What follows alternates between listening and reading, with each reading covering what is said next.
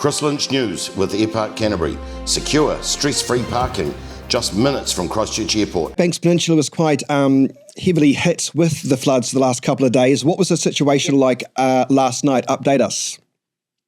Well, overnight the rain has eased a little bit. I understand the floodwaters are still impacting the roads and keeping them closed. So they'll have contractors and emergency services out there this morning assessing the roads to make sure that they're safe to be opened.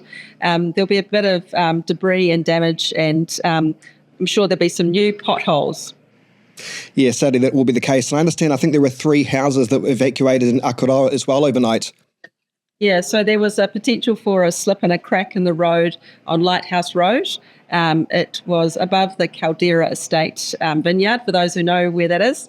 And so it was a precaution at that stage. And I think geotechnical assessment will need to happen to see what level of safety is there.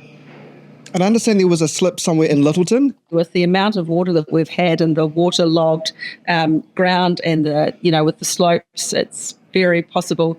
There's apparently one farmer has had about 100 slips, even on just on one property. What's your main message, I suppose, for the good people of Banks Peninsula today? Because there are still road closures, aren't there, really?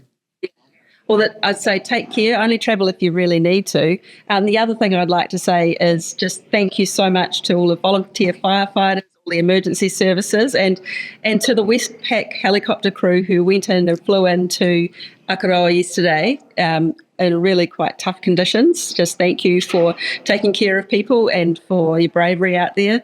And just everyone look after each other, take care, and we'll get through this fine. We will. Vanessa, I also know the Little River Volunteer Fire Brigade, they had their work cut out for themselves yesterday, didn't they? Oh, they certainly did. Yeah, Chris, it was pretty bad out there. And you might have seen some video footage of the Little River that's turned into a bit of a big river, really. And I know that the Little River Inn, at least, there were some pictures there of that flooded. So I know locals will have been quite impacted by that flooding. And I just thinking of everyone out there and hope they're doing okay. The good news is the worst of the weather has now gone, hasn't it, though? Yeah, it looks like it. Yeah, good stuff. Vanessa, good to speak with you. Thanks so much for your time this morning. Thanks so much. Cheers.